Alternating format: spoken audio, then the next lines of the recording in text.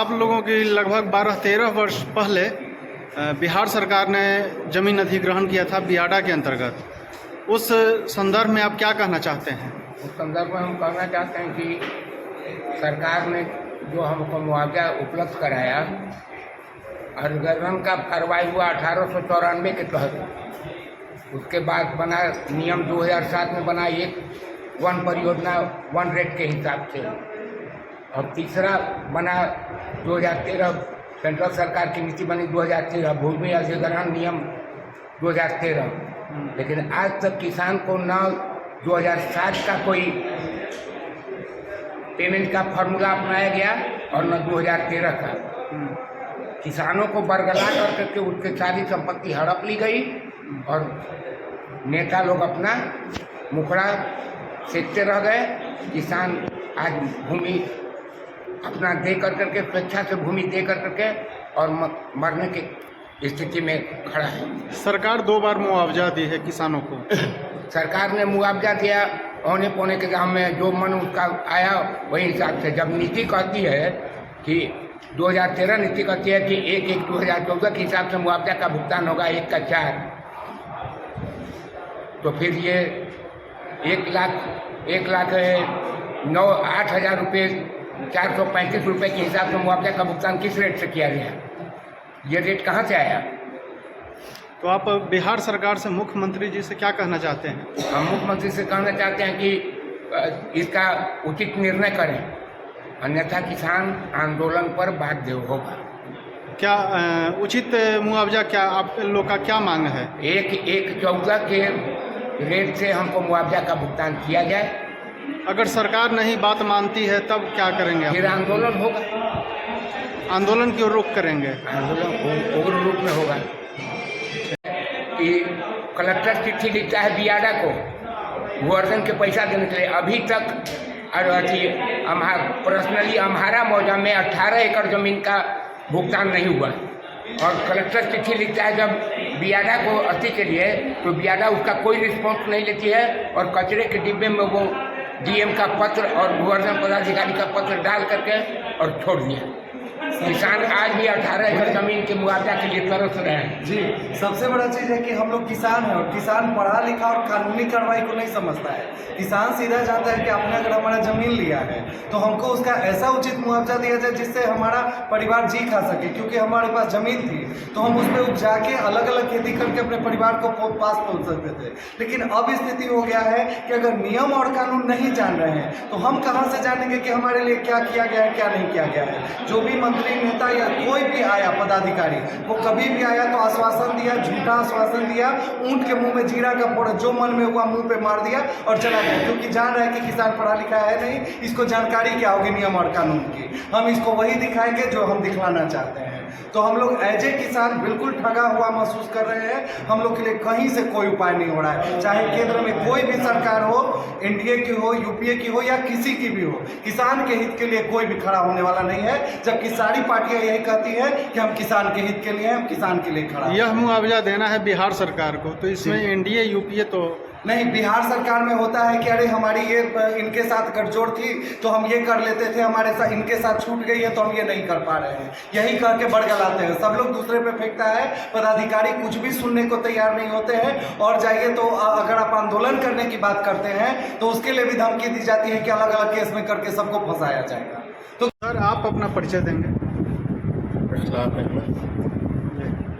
या यहाँ बेटा के किसानों का एक ही मांग है कि उचित मुआवजा हम लोगों को बिहार सरकार के माध्यम से दिया जाए, और इस संदर्भ में आप क्या कहना चाहते हैं?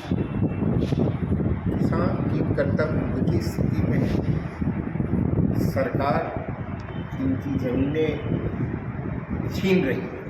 मैं ये आप इस कहने पर मजबूर, किसान की ज़मीनें सरकार छीन रही है। किसान की कर्तव्य मूल की स्थिति में है, लेकिन पिछले दिनों जो किसान आंदोलन ने यहाँ के किसानों में एक नई उत्साह और उमंग जोश पैदा की है, इसलिए अब किसान सरकार से जो उनका हक है उस हक को लेने के लिए संगठित होने की बात कर रहे हैं, चर्चा कर रहे हैं। और आने वाले दिनों में बड़े पैमाने पर जो जैसे अभी अमहरा में IIT के लिए ज़मीन अधिग्रहण किया गया, लगभग 500 एकड़ का ज़मीन अधिग्रहण हुआ। औने पौने किसानों के दाम पर सरकार ने उसको छीनने का काम किया। उसी तरह से फूड पार्क के नाम पर अधिग्रहण की जा रही है। उसी तरह से बक्सर में हाईवे पर आरा बक्सर हाईवे के लिए ज़मीन अधिग्रहण। उसी तरह से आपका बक्सर में थर्मल पावर के लिए ज़मीन अधिग्रहण की गई, जहां किसान आज 144वें दिन धरने पर आज भी बैठे हुए हैं, जहां किसानों को जो मुआवजा है, जो नोटिस उनको ज़मीन को आपने अधिग्रहण का थमा दिया 7 में 12 में, और आप रेट दे रहे हैं उस दौर का, आज का रेट नहीं देंगे, तो ये तो इनके साथ अन्याय है ना। इसलिए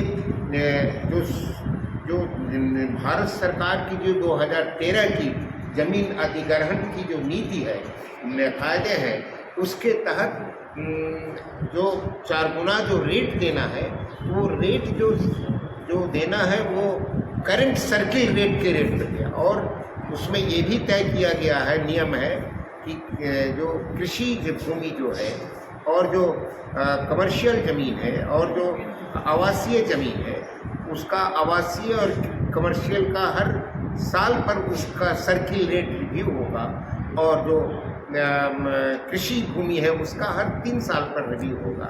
बट सरकार ने रिव्यू नहीं कर करके जो पुराना जो जिस वक्त नोटिस थमाया है, उस वक्त ज़मीन का कीमत और आज के ज़मीन की कीमत में आसमान ज़मीन का फ़र्क है।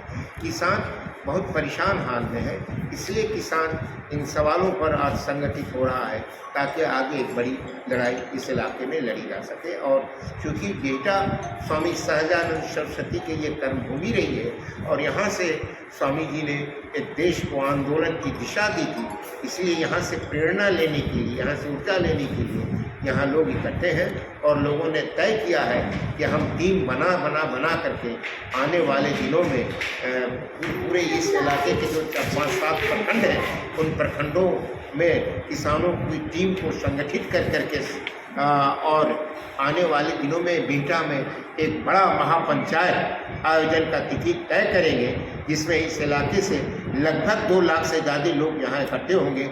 उसी अनुपात में गया से, औरंगाबाद से, बक्सर से, कैमूर से, रोहतास से, तमाम ज़िलों से भी बड़े पैमाने पर लोग इस महापंचायत में शिरकत करेंगे और फिर यहीं से हम हुंकार भरेंगे किसानों के साथ और राज्य सरकार को हम बाध्य कर देंगे कि जो भारत सरकार की जो ज़मीन अधिग्रहण नीति है 2013 की, उस नीति के अनुसार जो उसके टर्म्स हैं, जो कंडीशन है, जो प्रावधानों हैं, उन प्रावधानों को पालन करते हुए किसानों की ज़मीन को अधिग्रहण की जाए, उन्हें उचित मुआवजा दी जाए।